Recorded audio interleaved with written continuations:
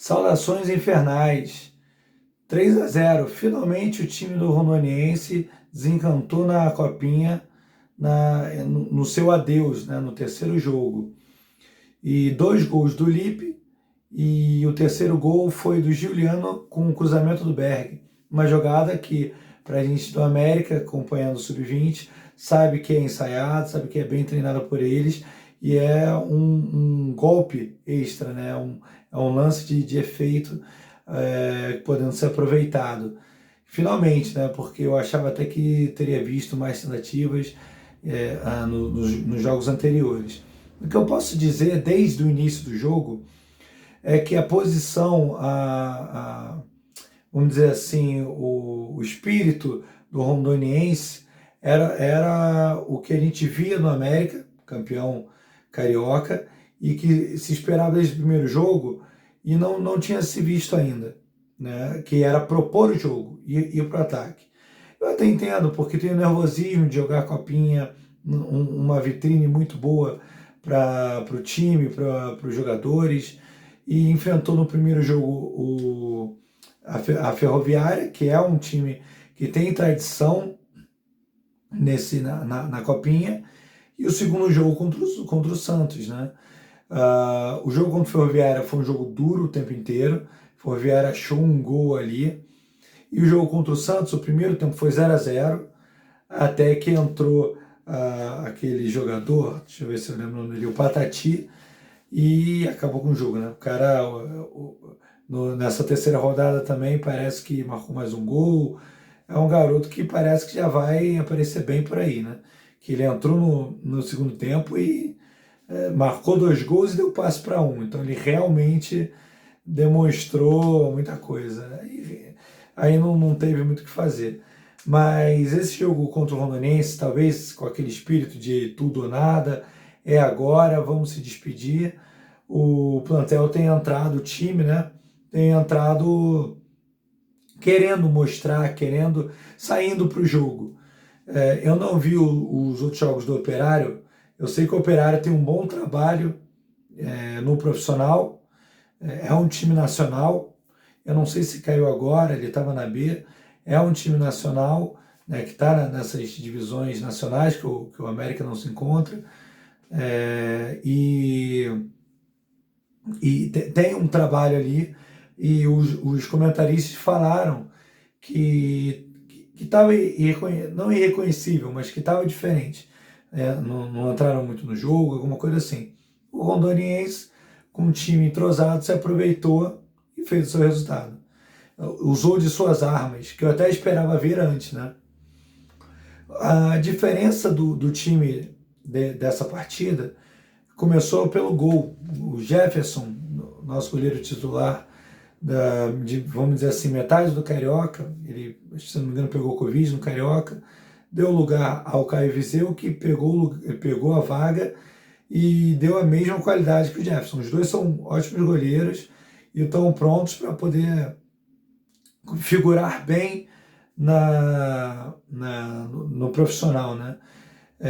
Digo, se não como titular, ali para começar a aprender e começar a tomar o gol do América. Os dois estão muito bem, demonstraram desde o ano passado muito bem isso. Então o time começa, vou dizer aqui a escalação, né, com Jefferson no gol.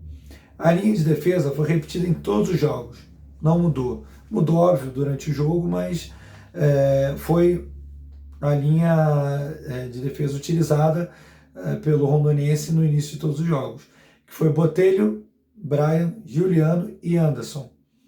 Já no meio-campo, é engraçado que foi a mesma questão do América, mas aí do profissional, né? Que era sempre o meio-campo que tinha que ver ali, mexer alguma coisa. Nesse time rondoniense, nenhum dos 3 jogos começou com a mesma escalação. Dessa vez, o Paulo Roberto voltou ao jogo, Dedo e o Berg no meio. Né? O Berg, que tinha jogado no ataque nas outras partidas, figurou no meio agora. Né? No lugar foi o Igor Benassi, que eles chamam de Carioca, entrou no ataque junto com o Cauã, Cauã, Felipe e o Lipe. Agora, pelo Sport TV, o Lipe sendo chamado de Lipe mesmo, porque no outro jogo tinha sido. Eles estavam sendo chamados de Possato, né? Então a volta do Paulo Roberto e o Berg no meio configuraram melhor, ficou mais ofensivo. Por quê? O Paulo Roberto é o cara que segura em cima, é o volante, né, clássico. O Dedo era volante apareceu nos últimos jogos da América mais à frente, né, como um homem de armação. Eu não identifiquei muito bem se eles repetiram vamos dizer assim, a forma, a tática do jogo contra o Santos, que era um triângulo no meio, né? Um meio avançado, que nesse jogo foi o Dedo, contra o Santos, e dois volantes. Porque tinha Paulo Roberto, Dedo e Berg no meio. Nas outras partidas, o técnico entrou, como eu havia dito, Paulo Roberto, Cauã, Rabelo e Dedo, e na segunda partida, Igor Fernandes, Cauã e Dedo. Ele sacou o Cauã do time. Realmente, no jogo contra o Santos, a defesa não tinha nenhuma cobertura, sabe? E quando o Santos botou um jogador mais ofensivo ali, muito veloz, não teve como segurar. Os volantes ali ficaram perdidos, né? E aí ele voltou com o Paulo Roberto para o time e botou o Dedo e o Berg, tornando muito mais ofensivo, propondo muito mais o jogo, certo? E no ataque, Cauã, Felipe, a novidade era o Igor Benassi, que eles estão chamando de Carioca, e o Lipe.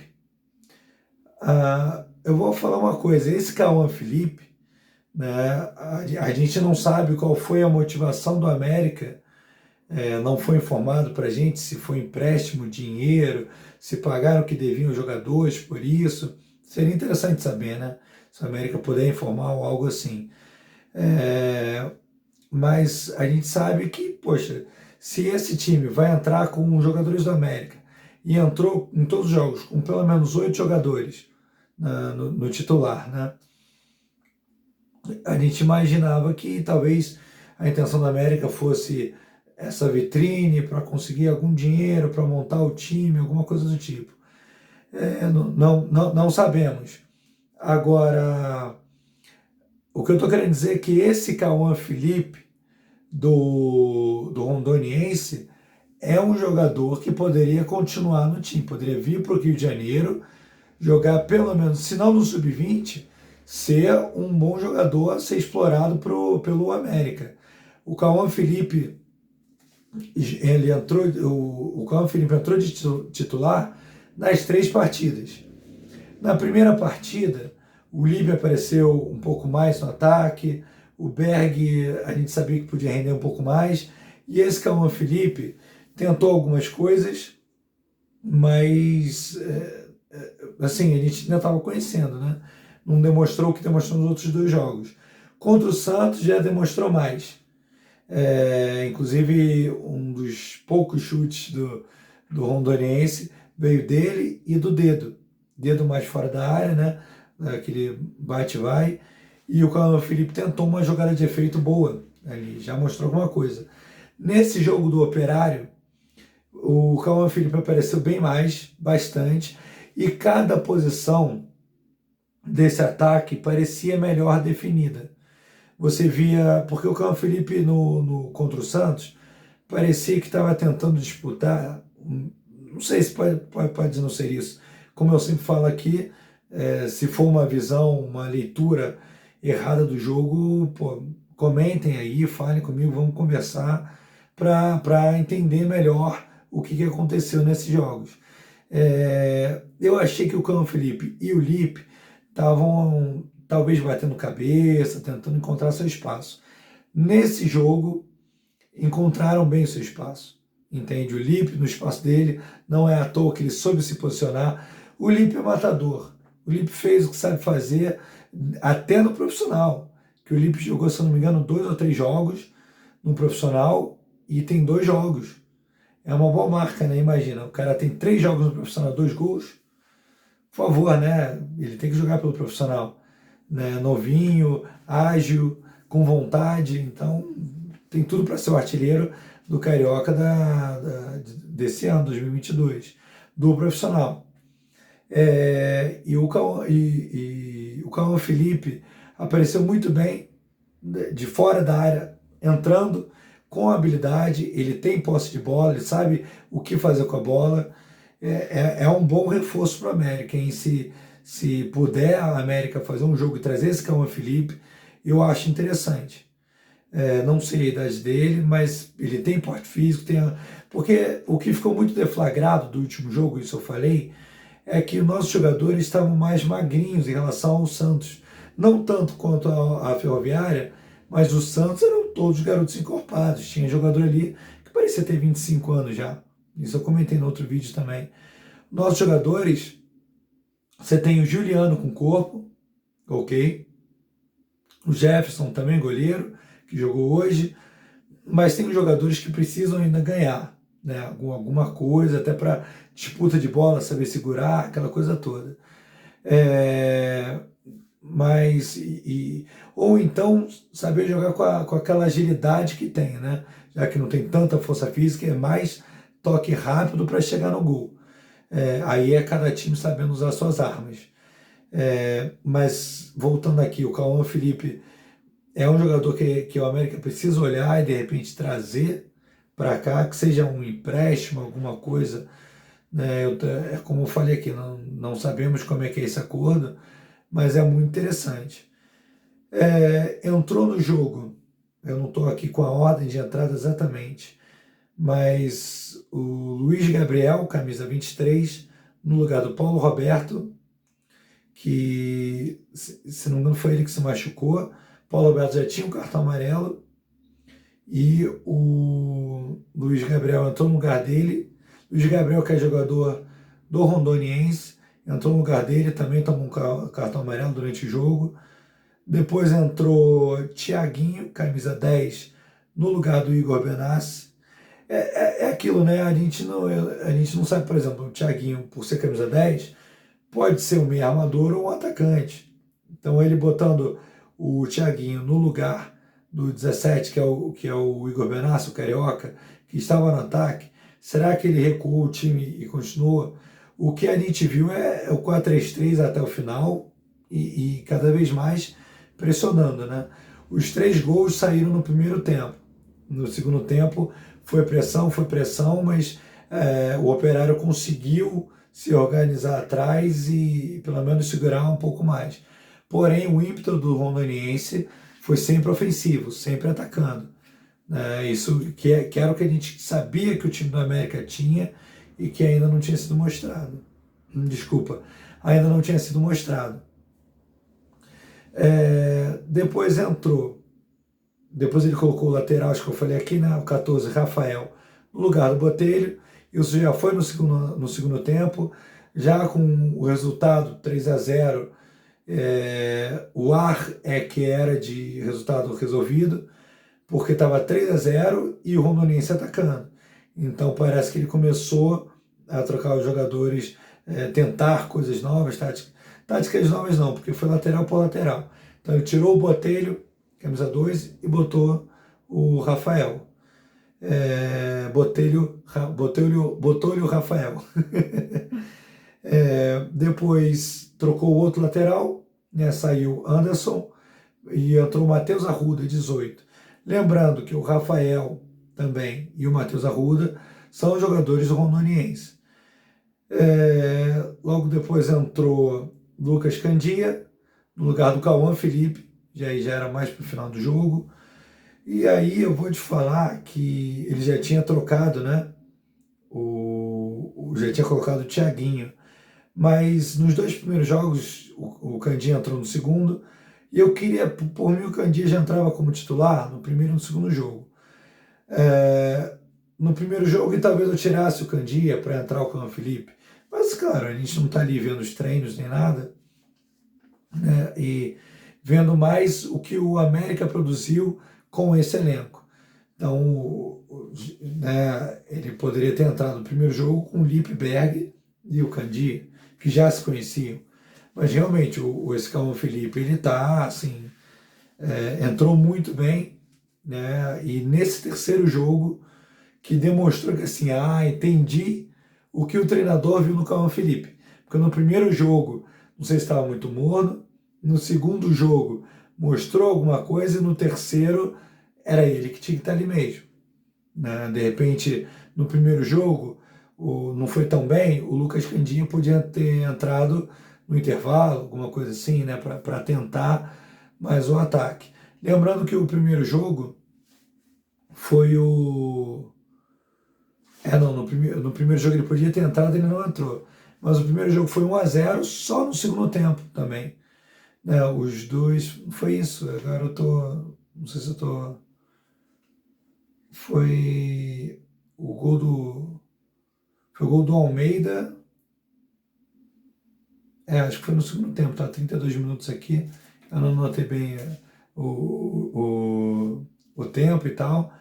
Mas você vê que o Rondoniense cansou, não sei se é pela, talvez, falta de uma preparação, que aí é vir desde o América mais corporal, né?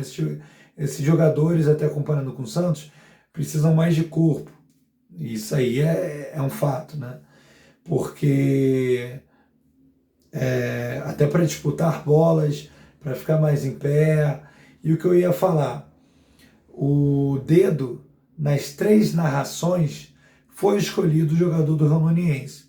E para mim, o Dedo foi o que jogou essa Copa. Tudo bem, o Lipe tem os 2 gols, mas Dedo, nas 3 partidas, o jogo inteiro, demonstrou ali ser a organização do time.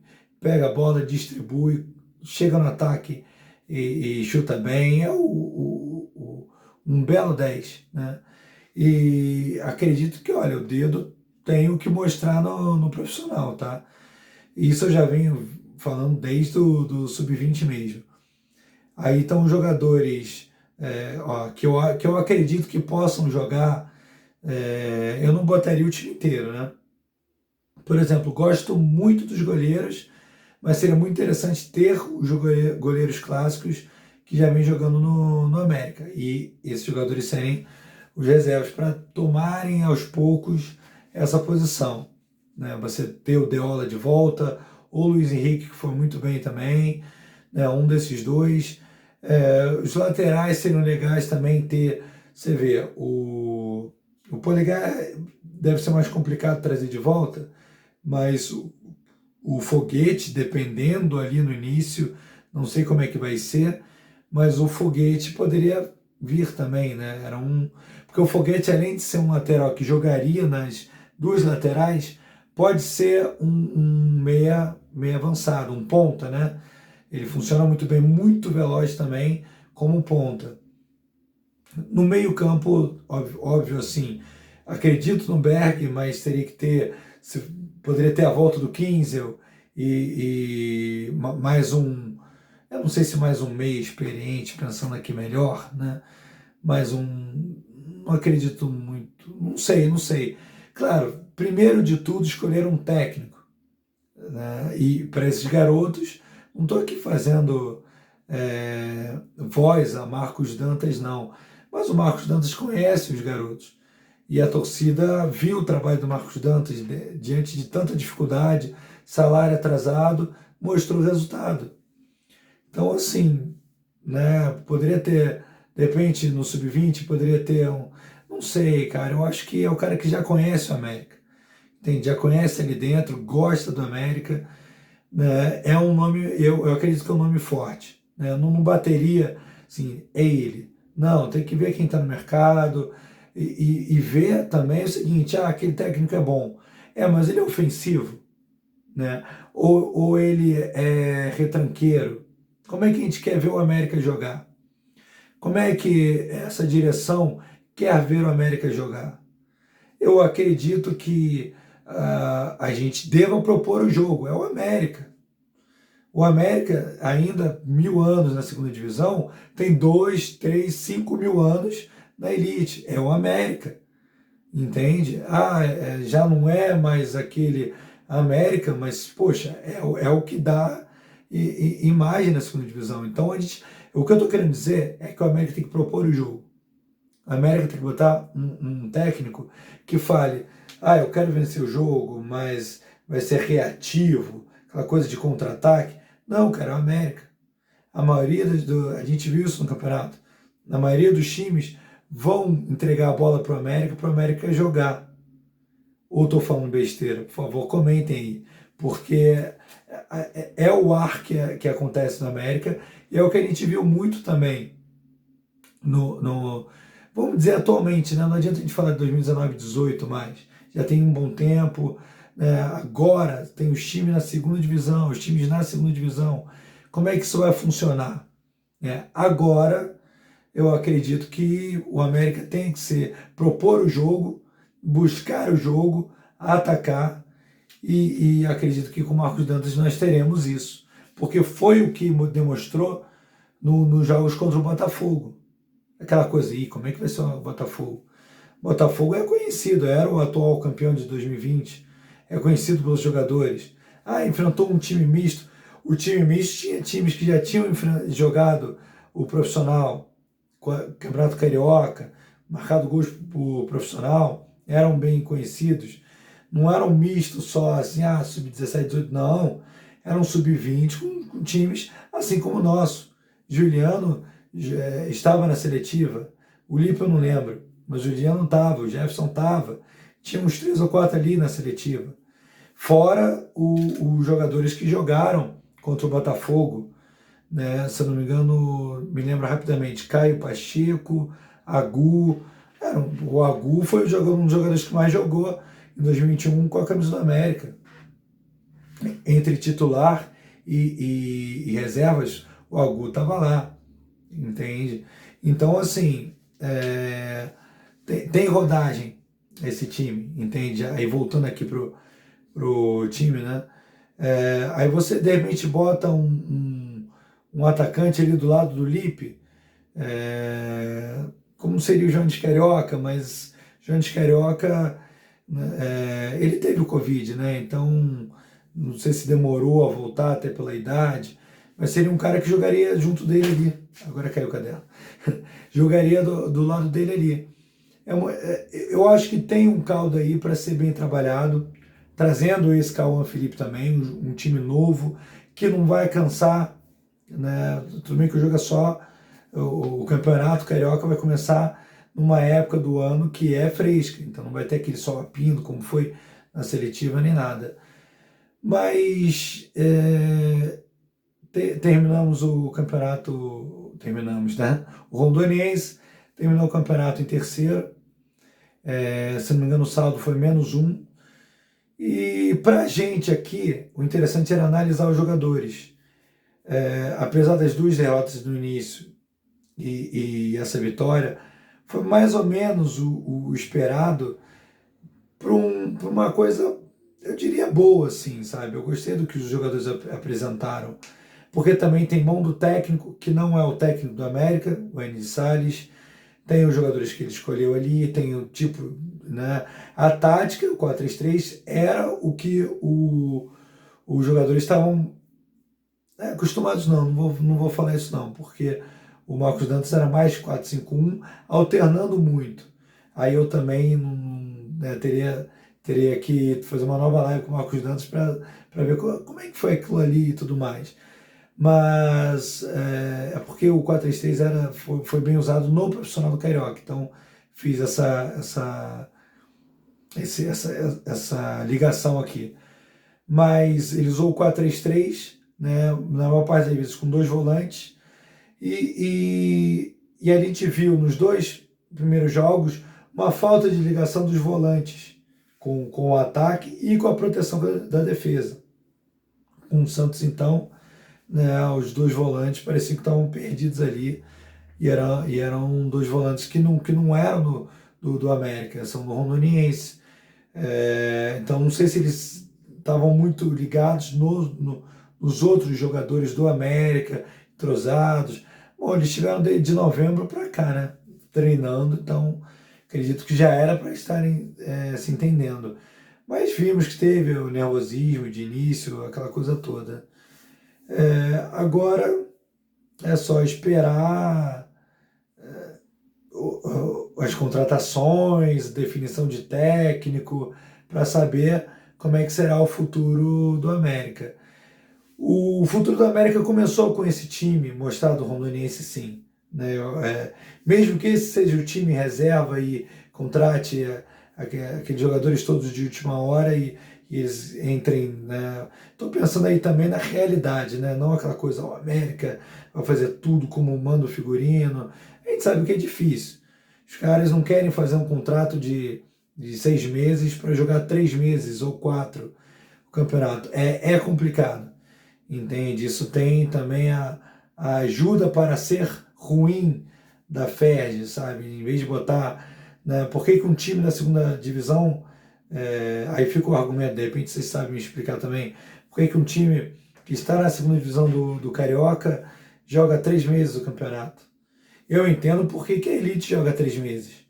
Né? Porque ali você tem times que vão jogar o Série A, Série B, Série C do Nacional, que vão durar 9 meses, 8, 7 meses que seja, e aí vai ocupar o ano todo. Agora, um time da segunda divisão vai durar 3 meses. O América jogou praticamente 5 meses em 2021. Aí é ruim para o torcedor, para a economia do clube, para os contratos, né? Teria que bolar uma outra coisa aí. E a própria federação não vai deixar a gente fazer um campeonato dos Américas, aí chama todos os Américas, faz um campeonato, divulga pela internet, todo mundo assiste. Né? Então realmente tem que alguém lutar, alguém do América, lá de dentro do América, que tenha voz, chegar na FED e falar, olha, os times precisam jogar mais, precisam fazer um calendário, não há calendário. Tanto que o argumento do pessoal é chegar na Elite, chegar na Série D para ter um calendário total. Mas isso precisa também ser junto da FERJ, não só pelo América, para todos os times também, para o futebol render melhor. Porque não é só basicamente, o América voltou e pronto. Né? A segunda divisão para rodar melhor o futebol do estado, né? Do Rio ser um futebol melhor. Você enxerga a Copinha, vê toda a estrutura da Copinha, não chega nem perto de uma Série A do Carioca. É complicado, né? Enfim, é isso, pessoal. Eu não sei os próximos vídeos como serão, como é que a gente vai relatar aqui, se será live ou se será um outro vídeo desses, né? Mas deixe seus comentários aí, ou em qualquer rede social do Diabo da Tijuca, para a gente debater não só comigo, como com quem está lendo também, tudo que nós vimos na Copinha. Se eu vi tudo errado, ou se eu falei alguma coisa que não encaixa ou que encaixa, né? O meu interesse aqui, como eu sempre falo, é falar do América. Minha proposta aqui é falar do América, colocar o América em evidência de alguma forma. E hoje nós temos a ferramenta do YouTube, então façamos isso. Certo? Bom, saudações infernais e boa continuidade de ano para todo mundo.